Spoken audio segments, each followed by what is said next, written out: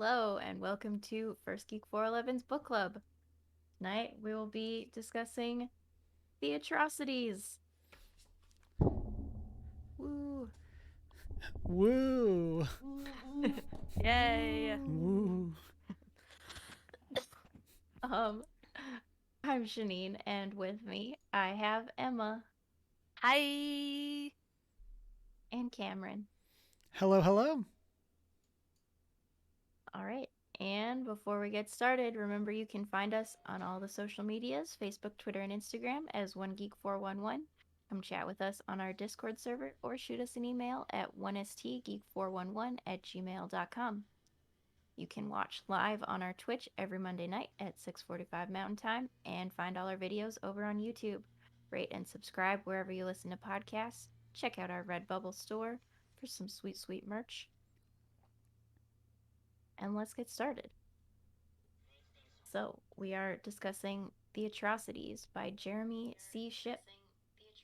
This was a nominee in 2018 for the Shirley Jackson Award for Best Novella.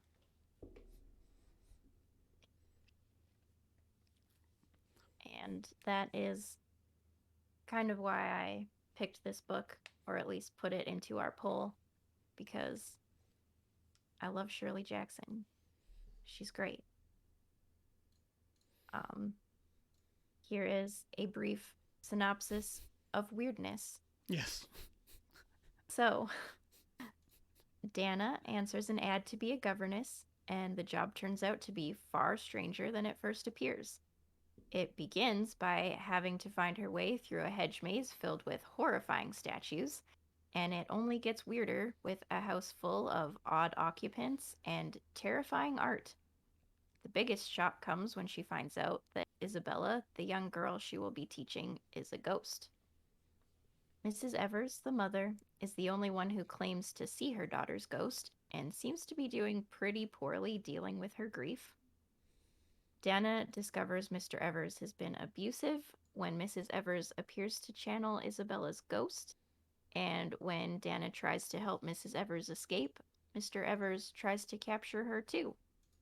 We find out that Isabella is being kept alive and is not, in fact, dead and a ghost, and then all of the ladies escape. Yay! You're too good for him. Yeah. He doesn't deserve you. In fact, you should get away very quickly.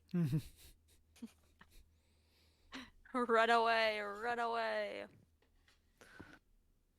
All right, so what are everyone's first impressions? This was a very enjoyable Halloween read. Not too long. Odd, but enjoyable. Odd in a spooky way. Like a good odd, not a bad odd. A good odd. Very curious. Yeah, I'll agree. I did enjoy this. To me, it's like, as the resident non-spooky, I think it was kind of like right at that length where it was like, if this would have kept going, like I probably would have been spooked out. But I feel like this was like, it was in and out in enough time that it was just like, yeah, this is a little spooky. But it wasn't like, you weren't like stuck in it, if that makes sense. Like, even when the characters are going through stuff, and for them, it's kind of a longer amount of time. For us, it's like, and they waited an hour. It's like, oh, okay. Yeah. But that, and they waited an hour, wasn't done in the route of Ready Player 2, Right. Exactly. as I'm gonna say. In the sense that it wasn't like in your face, just like they didn't try. Mm-hmm. Definitely agree. Yeah, for me, I read this in one sitting, which I don't know, it was very doable Mm-hmm. and very enjoyable. Like I wanted to keep reading it. Um, and overall found it more creepy than spooky and scary. So, I definitely agree.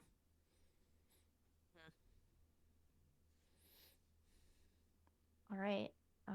This question is especially directed at Cameron because we know the answer is going to be yes, so many. Have you read other books like this? Honestly, it reminded me a lot of Edgar Allan Poe. So like you get stuff of like the Telltale Heart and stuff like that. Uh, it kind of had that like similar vibe to me. And so like while I have definitely not read a lot of that type of thing, it definitely kind of had those same like like Vibes. yeah, same vibes. Like in the end, it's a pretty normal story. It just has these like really creepy undertones or overtones. I guess they're not subtle. Yeah. And that kind of definitely reminded me of Edgar Allan Poe. I haven't honestly, like, I didn't think of Edgar Allan Poe until you just mentioned it, Cameron, and I can see where you get that from. I mean, I've read Edgar Allan Poe. I read some of his stuff in high school for one of my random English classes. But when it comes to spooky stuff, I tend to watch it rather than read it because I like to reserve my reading for like fantasy stuff because I like my fantasy. But this definitely like I think the spookiest thing I've read most recently was Hounds of Baskerville, Mm-hmm. Sherlock Holmes, which is like in the grand scheme of things, it's Sherlock Holmes. Um, but this definitely got me more interested in reading the genre rather than just watching it.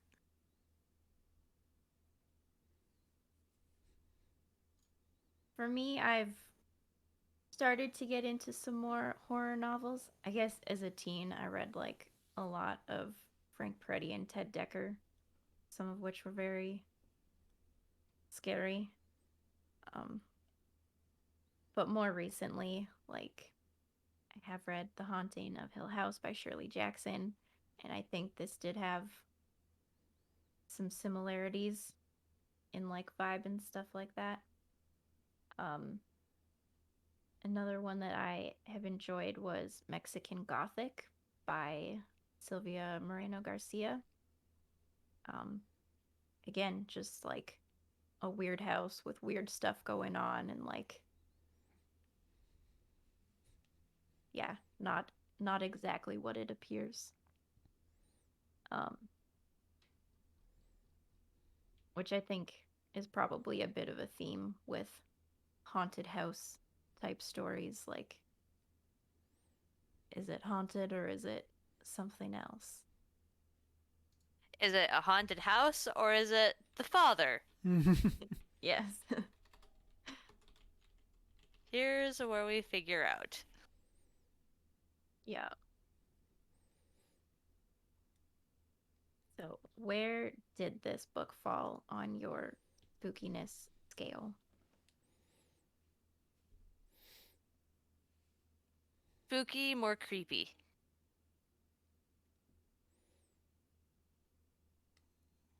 Yep. I'd say for me, like a 4 out of 10. And I think part of that is while there are things that are like obviously intended to be grotesque, they're not like dwelled on. Like I feel like if this was a longer book, the author would have felt the desire to like here, we're going to go into detail on all of these things.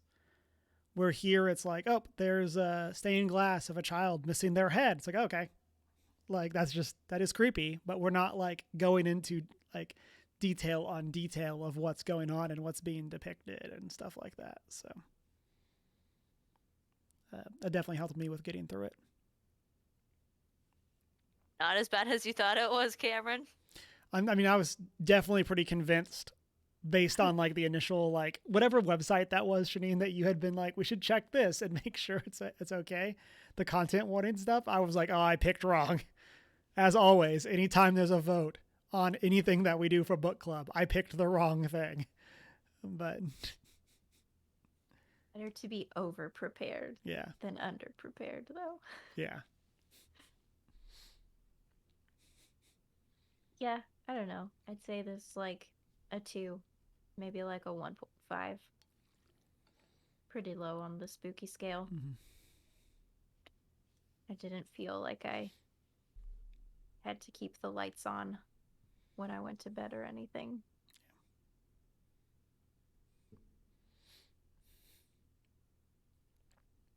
What was your favorite part? I think just the um gosh, the pet that keeps on escaping Mm-hmm. in the tutu. The capybara. The Capybara. capybara who just keeps escaping, and the gardener's just like, "Oh, come on, man, not again." It just As cracked me always. up every time. Like, just As some always, the fun, animal is the MVP. Mm-hmm. yeah, As always, yeah. always. Like, he's just there. Like, a doesn't really like the only thing it really connects to plot wise is that there's something going on with the mom.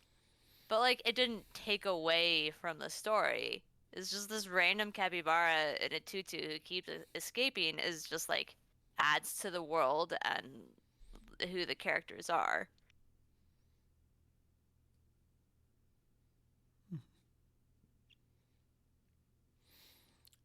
Um, honestly, I'm gonna say I think my favorite part was the ending.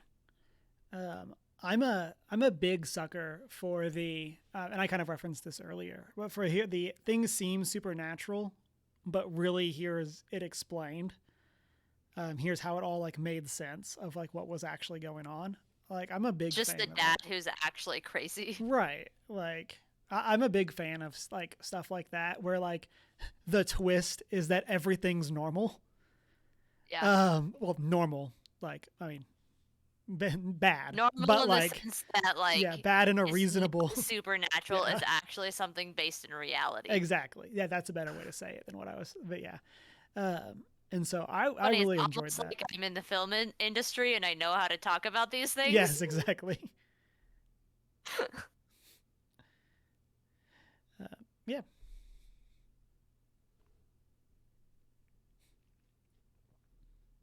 I think my favorite part, um, to go completely opposite from Cameron, was actually like the opening line, which is turn left at the screaming woman with a collapsing face. I'm like, whoa, what a way to start a Yeah. novel. Yeah. That it's an Like, awesome introduction. like I was like, I don't know what's going on, but that's an amazing first sentence. Like, I mean, this you are author aware of what understood, genre you are writing, and Right. it's good. and he was aware that he needed to put work into the first line of the book. So he did. Yeah, success. That Mm-hmm. that was a hook. Hook, line, and sinker. All right, what was your least favorite part? I don't know if I had a least favorite part. Yeah. I don't know if it was long enough to have a least favorite part. Yeah, It's like like it was honestly just a very enjoyable Halloween read. yeah. Like, I do feel like it was the perfect length for this story. Like, this is one of the few, I think, or at least one of the books we've read where, like, maybe one of the few where I'm like, it wasn't too long and it wasn't too short. It was just right. Mm, I can't find the name, but I think the only part that like kind of struck me was the whenever Donna would like fall asleep in like the dreams of the hospital and stuff like that. That so a lot of that was just like this is like this is where we're getting to the place where I'm not like a huge fan. Like the and again not because it was bad, but just because like I don't do that. Like that's just not like Yeah. where I like to be. I don't like to live my life that way. And so again, I don't think they were bad. They were just like the sections that I was like, if we could have less of this, I would be happy. Yeah. The dreams were definitely the scariest part. Yeah.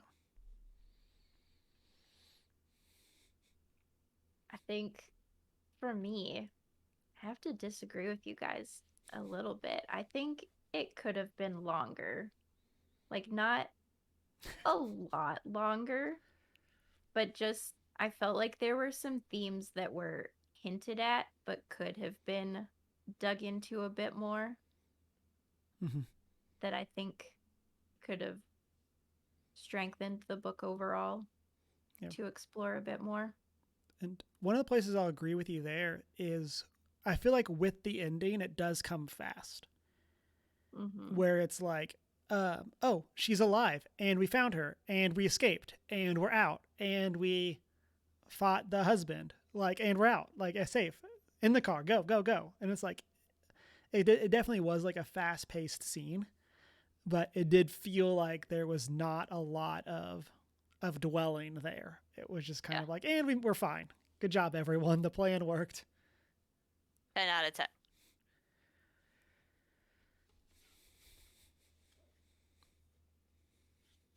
Yeah. Yeah. We'll get into all my themes and stuff that I wanted to see more of later.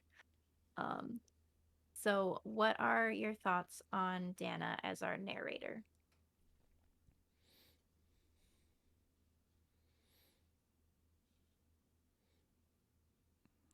Overall, I thought she was a good narrator. I liked her.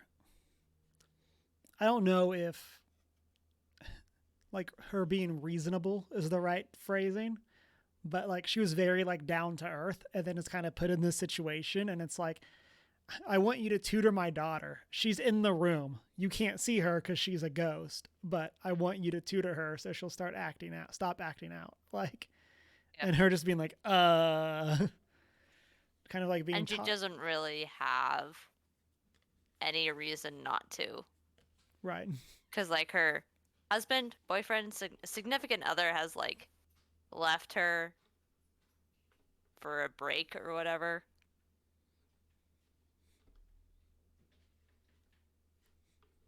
I liked her as well. Yeah. She seemed like she felt like the right, it's a weird word to use, but the right conduit for this story. The right voice to tell the story. Because it definitely felt like she was down to earth, like you said, but like willing to try this thing because someone is suffering.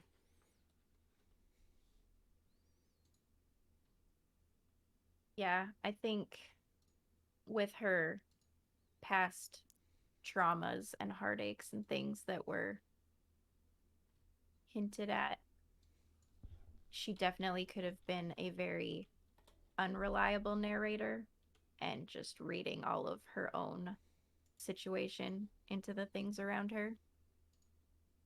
I think in this sense, it served more to make her more sensitive to the right things. Mm-hmm.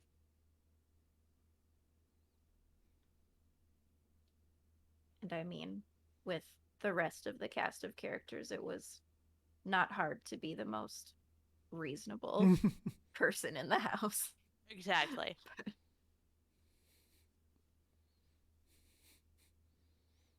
Not too hard at all. I mean, I felt like the cook, Rosa, I think her name was, felt a little reasonable as well, but like absent-mindedly reasonable. Right. Like she didn't really dwell too much on any slightly weird occurrences.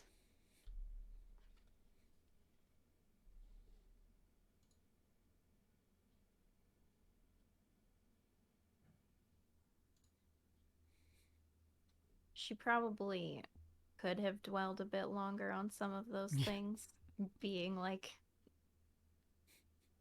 the housekeeper. Yeah. Like you're It's like you you're it seems employed, like you've been you're here not a while. escaping. Yeah. Yeah. And speaking of which, What are your thoughts on the Evers family and their household?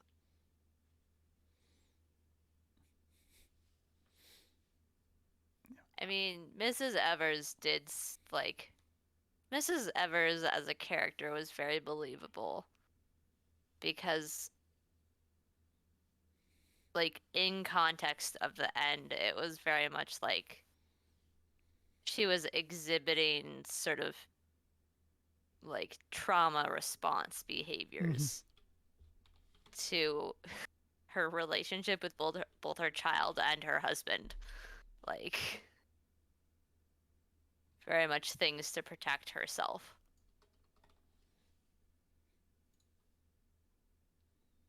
And that was super interesting and like definitely lent itself to the story. Yeah. Overall, I really liked it. I liked how kind of weird everyone was. Like everyone had their own quirks and their own like coping mechanisms to what was going on. Um, and I thought that was really interesting how that like all played out um, in the short story. And then I kind of liked. I mean, even though the there's only like two people that actually work at the house that we see, I kind of liked that we still got the idea of like, oh, well, we actually are over here doing our own thing because we know we can. Like, Yeah. here's our room, and it's like, this is where we do our stuff, and they can deal with whatever it is on their side of the house. Yeah. Each room has a nice big flat screen A nice TV 84-inch TV that we're gonna all just hang out and watch instead and of this doing anything really crazy. nice pool table.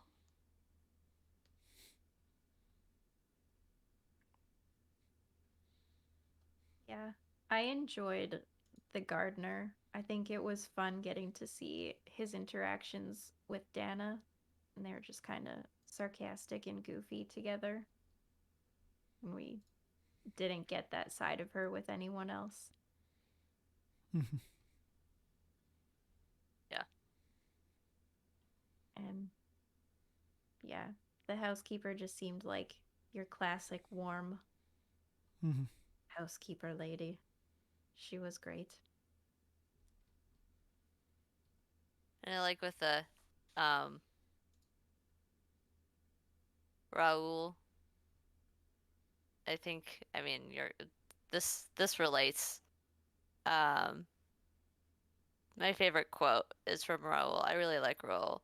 But he's like, I had a disagreement with the rose bush. Things got heated, but we've worked out our differences. Like he just sort of personifies the bushes as his way of like living, and that's great.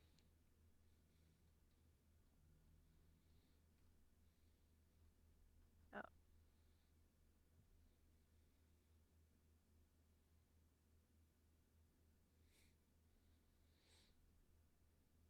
all right. So I have a quote. Um, what did you think of the atrocities? Atrocities, I say. The statues in the hedge maze.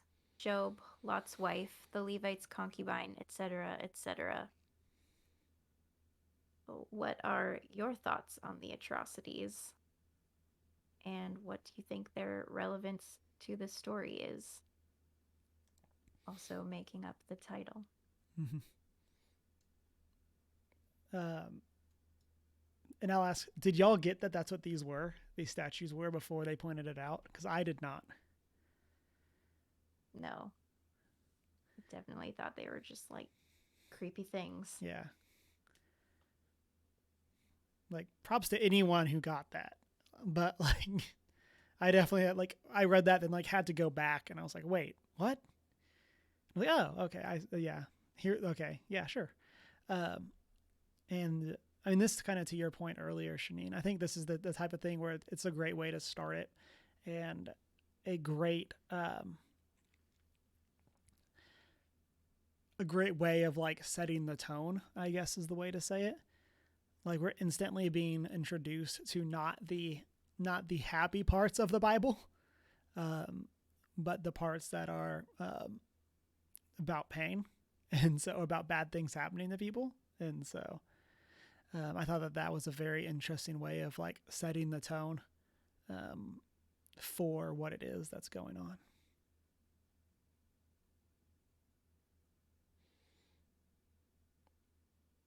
I I mean, I thought it was definitely a very interesting way to jump into the series, or not the series, the book. Um, but like you said, it sort of set up the tone, or maybe I was thinking that it sets up the tone of the book, and it leads you right into kind of like the inner workings of the dad's mind and sort of how he thinks without even sort of revealing him as the bad guy, essentially. Um, and definitely contributes to the story arc and makes it more spooky and like is mentioned in the book and happens in the book. They even like the artwork give people who stay their nightmares and definitely just makes the whole world a bit more intricate. Kind of like when I was reading this, the book honestly kind of reminded me of a spooky version of Pure Nessie that we read a Mm-hmm. while ago. Um, and it just made me laugh. So,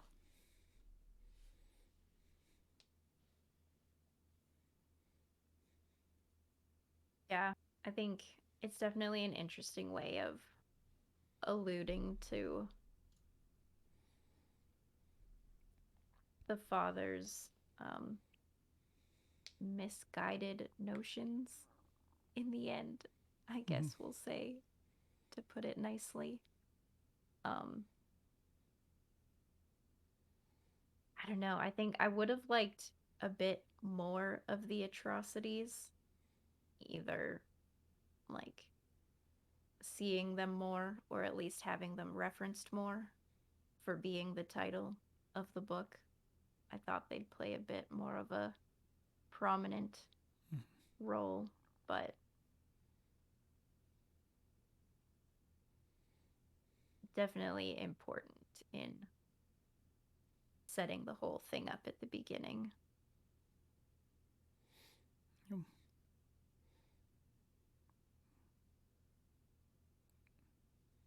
How did your first impressions change throughout the novel?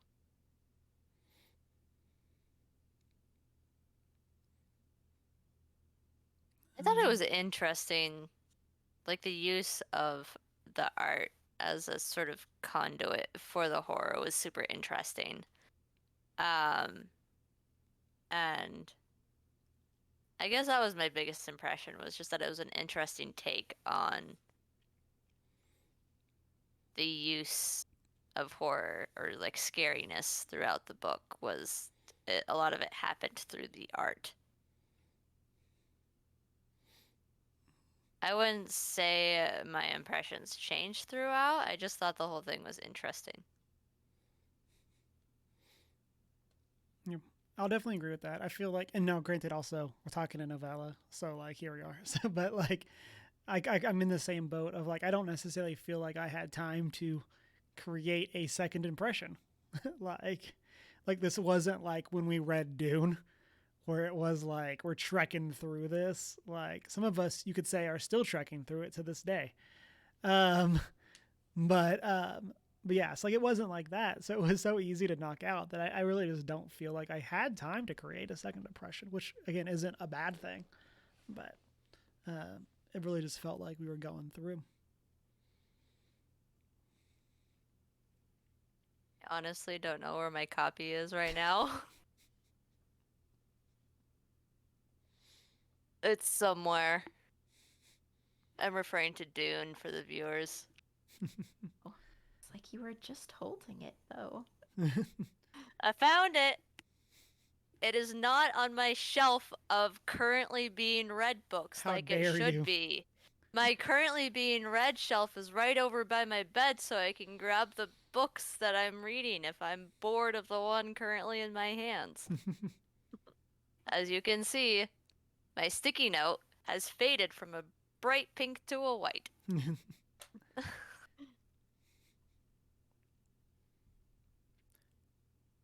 Anyway, this is not the book we're talking about, so carry on. Continuing. So we saw a lot of like ghosty parts and things going on with the mom seeing her daughter and um, channeling her daughter. What do you think was really going on at those times?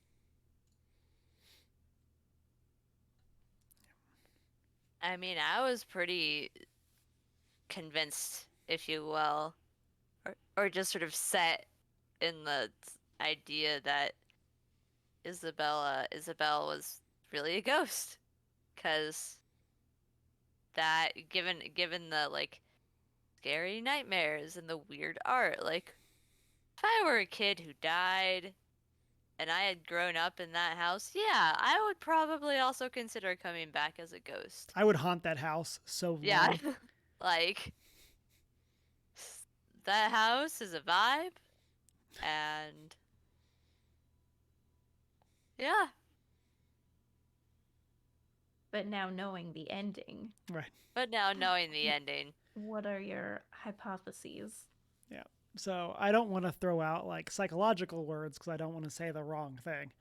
Um, but like this really did strike me just as some sort of like mental break where it was like how was she compartmentalizing the trauma. So like in my head I went to like the idea of Moon Knight where you get like mm, something like that where you get an alternate personality, you yeah. get an actual alter. And so I was like, is that, I don't know if that's what we were supposed to get, but because Moon Knight was relatively fresh, that was kind of where I ended up going. Um, Well, yeah, a lot of alts do stem from like abuse mhm. and traumatic events like that. So it's definitely feasible. That's the very brief stint into psychology in my undergrad coming out there. Clearly, Everything that I did know, not I hold. learned from Moon Knight, which Yeah. means I don't trust any of it. Because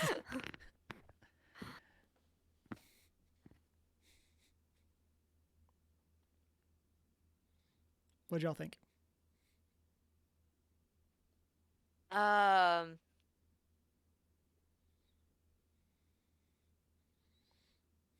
I mean, there's so many different things that could be going on, but I mean, I do agree with you, Cameron. I literally almost just said Chris. And I How was dare you? like, that is, Chris is not here. Uh, we miss you, Chris. Uh, I also have a similar, like thought process of like a lot of it stems from, like mental health slash struggles that a lot of like victims go through, like, and can like sort of experience when they're in a situation like that.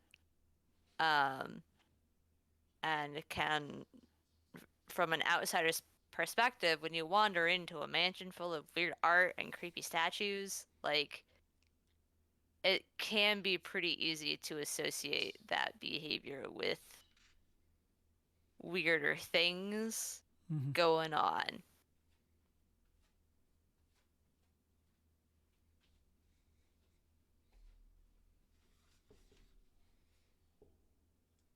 Yeah, I hadn't even considered like a dissociative identity disorder or anything like that, but that is an interesting theory.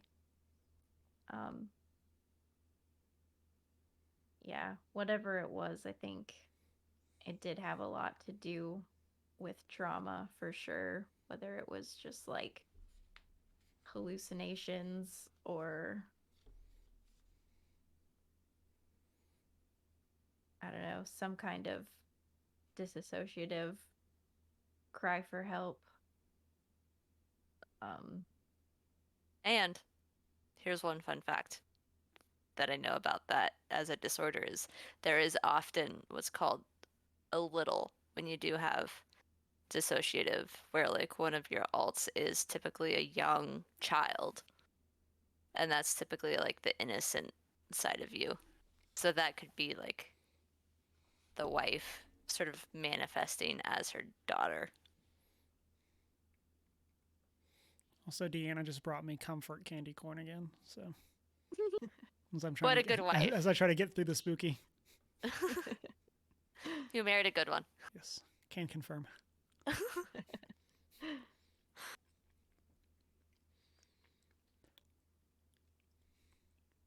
right. Sorry, and one So, more thing that oh, what you were saying, yeah. Shanine, made me think of. Um, one of the things I think that was done really well is like a lot of times the lines between dreams and reality were very blurred through this. And I think that was like a very good touch for the what is actually happening versus what is being like imagined. Like obviously the house is like mad creepy, but like they even like kind of address the themes of like when you're a kid and you have a pile of clothes and it looks like it's moving in the darkness, that kind of thing. Your chair with a coat tossed over it sitting in the corner of your bedroom looks like a monster. Exactly. And so I think that there's kind of that side of it too with the ghosts of like what is even really happening. Um, and like we don't necessarily get a lot of solid confirmation for that for some of the things, which I like. We didn't like have to like dwell on trying to get answers and trying to make it make sense.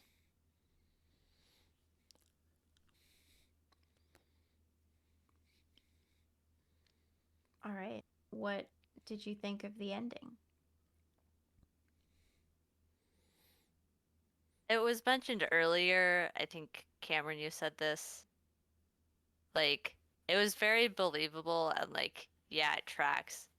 But I do also agree that it like felt like it went a little fast in connection to the rest of the book.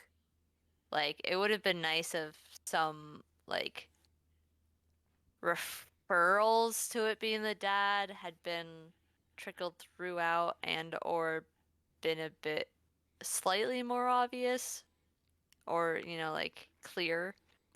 Um, but in the end, like it was like, yeah, like I can see that the dad was tad psycho. I don't just mean a tad, Yeah. like quite not right in his head. Um, and I'm just glad they all got out alive Yeah. because that doesn't happen very often with spooky stories. If anyone gets out, it's going to be one lone person out of a group of like 8. So, no one died except for maybe the guy they left in the basement. Mm-hmm. Yeah, Are we you don't know if they sending went back back help? for him, but Yeah, it is unclear. yeah. But that's the part where you would then call the police from From town and literally anywhere else. yeah, you get out first and then call the police. Yeah. Go, hey, this guy has a dude trapped in his basement. Mm-hmm. So like I was saying earlier, I love the end. I like the everything appears spooky, but it was actually normal. Um, it kind of with the dad, it kind of reminded me of or the end of Secret Identity when it was like, wait, was this supposed to be a twist? Of like, it just it didn't. which I don't necessarily think is a problem with the Atrocities, compared to Secret Identity, where I think we were supposed to get the setup that was supposed to be this big mystery. Yeah. But for this, it was like pretty early on. I mean, everyone's mad sketchy in the house, Yeah. but like we have no reason to think that it isn't in some way the father's fault that this is going on. And so it's just kind of like, oh, yeah, okay. This isn't like he's not like he never did anything to endear us. And so he's just kind of like, okay, yeah, he's worse than we thought. But like, and so I think that they could have done more with that of maybe hearing voices that are not the mom, that are actually Isabella. Um, I think that would have been interesting as a way of like setting up that she is alive and this isn't a ghost haunting the place. Yeah. But I do think there could have been some more ways of setting it up, but overall, I really did like it.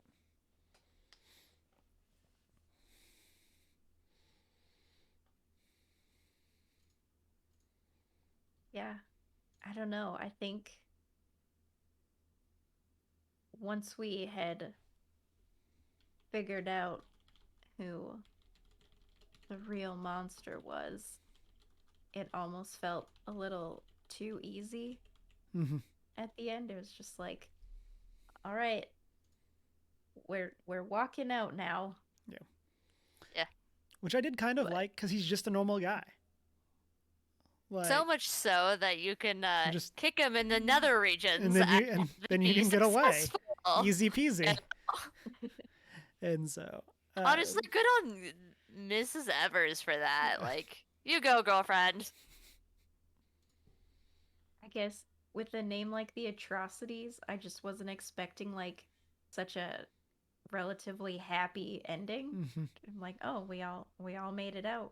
Fine. You know what Right. would have made it better?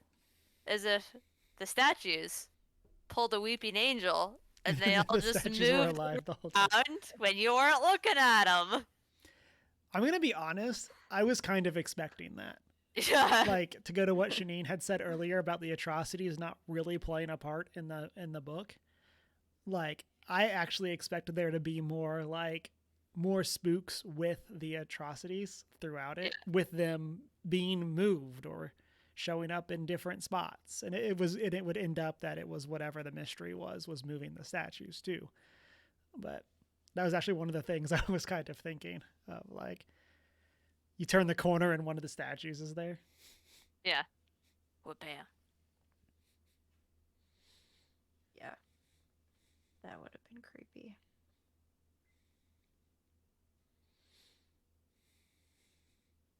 All right. So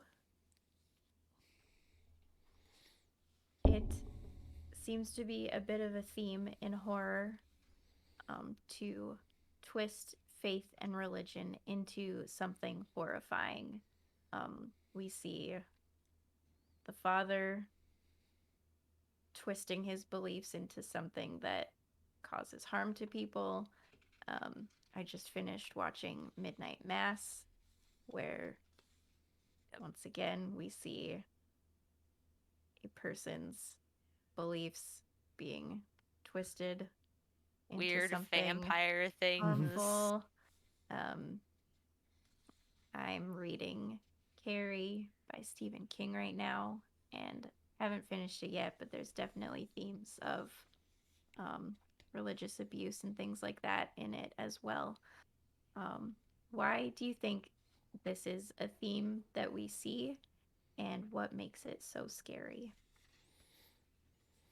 I feel like personally that it's a simple foundation to jump off of for horror, as terrible as it sounds, because there's already, with things like the Bible, there's already foundation within and discussion of things like demons and the devil and whatever. So like it's something that historically a lot of people are familiar with and know about, and it's not necessarily something that stories have to set up a whole new foundation for. So it's an as awful as it sounds, like it's an easy jumping off point for horror to sort of go forwards with, especially since religion is such a big part of a lot of people's lives, especially like obviously in this group, like we're all Christians. Like it's all, something that, we practice on a day-to-day basis. Um, so it's not like something it's something that's rooted in stuff that a lot of people believe. So it kind of plays off of that. Yeah. And to add to that, I think a lot of times for horror, um, the things that hit the hardest are the what is the something that is good pushed too far, or the dark underbelly of something good. Like that's a very easy trope. In chat, Deanna brought up Frollo from Hunchback of Notre Dame. If you have somebody who has a belief in something and believes it to the detriment of others, and it's like even if it is a good belief, which I mean, of course, in the case of Atrocities, it's not. But like even if it is a good belief, if it's pushed to that extent, it's ripe for something like a horror subject, and that's why you see a lot of even like Christian like writers make horror movies because it's a very good place to like discuss those tropes and discuss like what is good. Um, Yeah. One of those things that I frequently say is great intentions, terrible execution. yes, yeah, Of like your intentions were like good and you were trying to do good, but the way you went about it was terrible.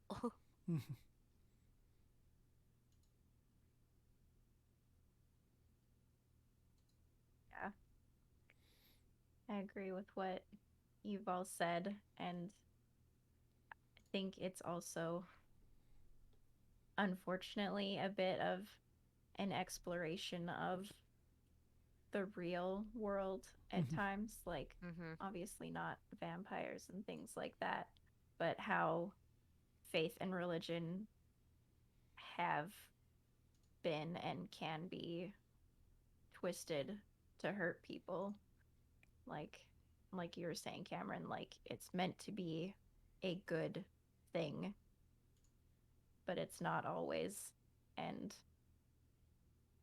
I think I like how horror explores like themes of fear and darkness that are real in the world, but pushing it to Mm-hmm.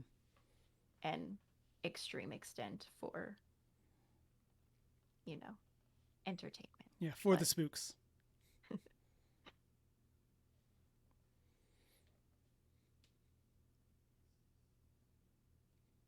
all right, did you notice any other themes, biblical or otherwise?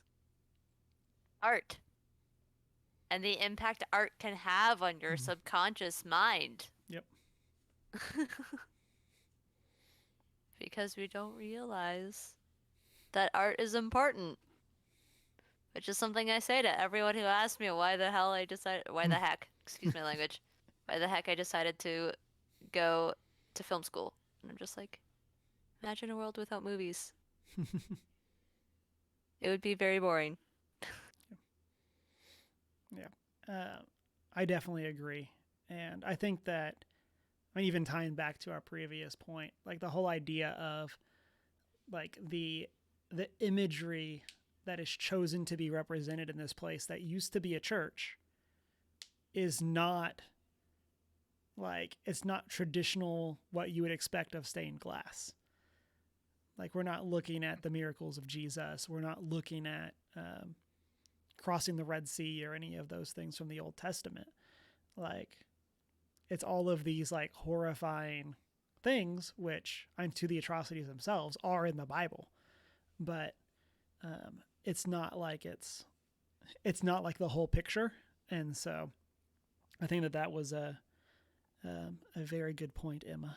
Um, and then other than that, like I mentioned earlier, the idea of like perception versus reality is a big theme. Um, and the idea of like what it like is what you're seeing really what you're seeing. Um, and so I think that's really the only other one that stuck out to me.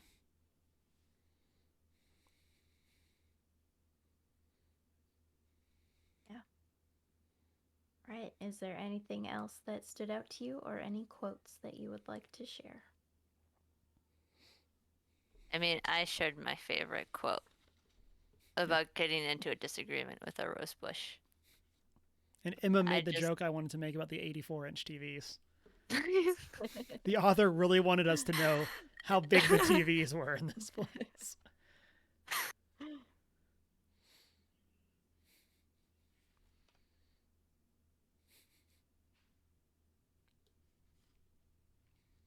Yeah. I don't think I had any specific quotes that stood out.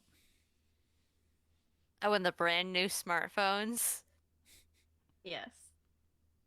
Not really sure how to use it, but he got one for each of us. Yeah. It was a very weird, like, product placement moment. Mm-hmm. It's like, I don't think that works the same way with books. I'm confused. You know what it really was? It was just the dad covering up slash bribing the the people to stay there. Yep. That's exactly what it was. Mm-hmm. Yeah.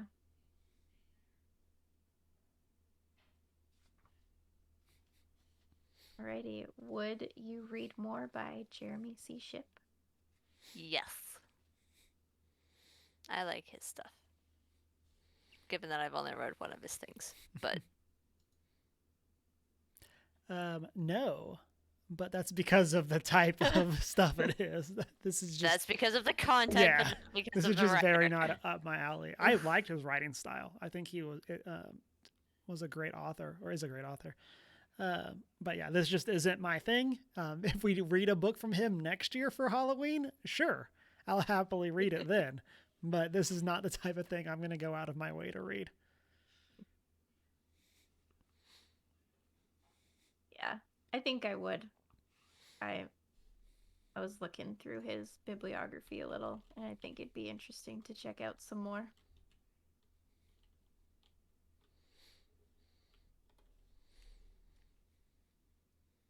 Right. What are your final thoughts on the atrocities? 10 out of 10. Quite delightful. Yeah, I really enjoyed this a lot more than I expected, especially considering like how it started and stuff. But yeah, I really enjoyed this. I think this is a great example of a novella that's short, sweet, and knows what it's about, and doesn't try to like linger on things and characters that we don't care about. Yeah. Again, looking at you, Ready Player 2. We just Emma got a jab in earlier. I got to get one now. Like At this point, that's just the default, yeah. like, what not to do.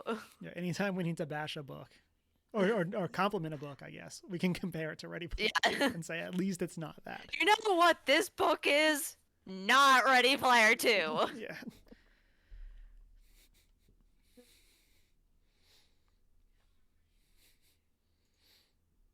Yeah, I think it was just a good, quick, creepy read. Highly enjoyable if it is the kind of thing that you enjoy.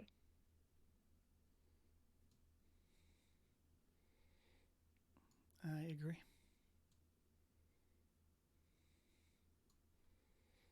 Alrighty.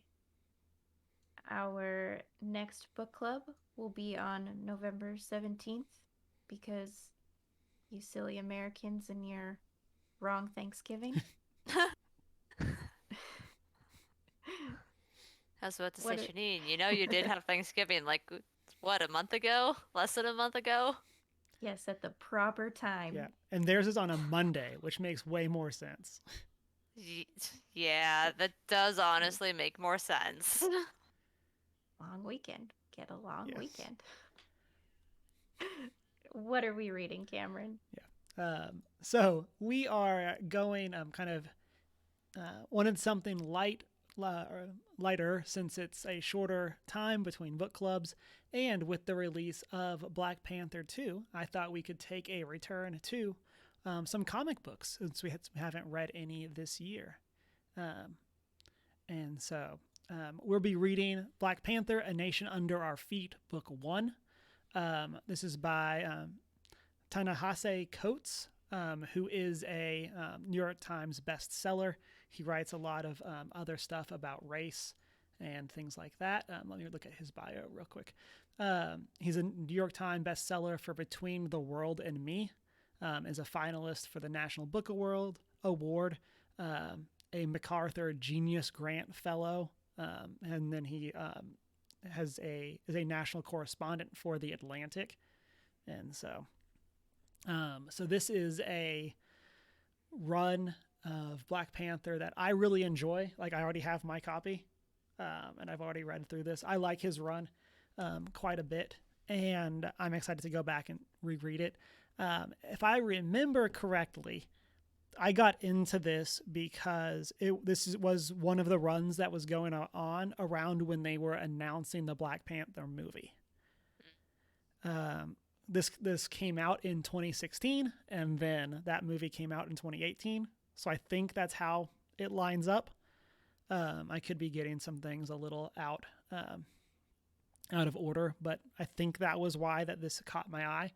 And so yeah, I'm really excited for us to take a look at this. It is a pretty short collection as far as things go.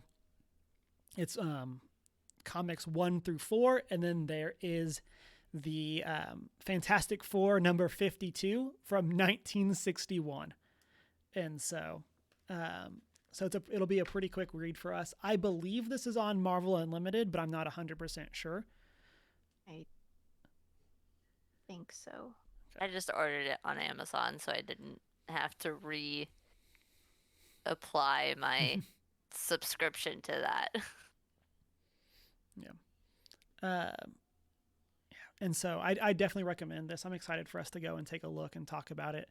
It's been a bit since I've read it, like since 2016, since I read it. And so I'm excited to go back and reread it now that like I know more about the character from other mediums and stuff like that. So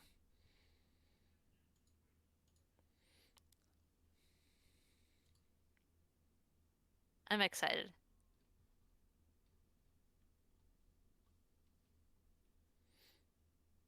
Yeah.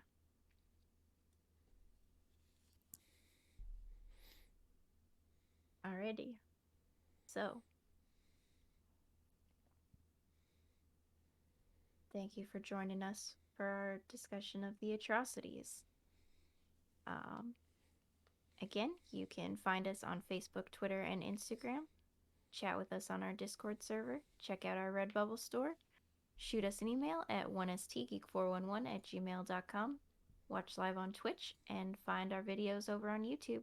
Rate and subscribe wherever you listen to podcasts. And check out our show notes on 1geek411.com. You can find me at the Hoot and Howl on Twitter or Hoot and Howl Tales, TALES, on Instagram. I am not prepared with an eye on all platforms. and I'm Humar Whittle. Drink some water. Read a book. I love you. We had a little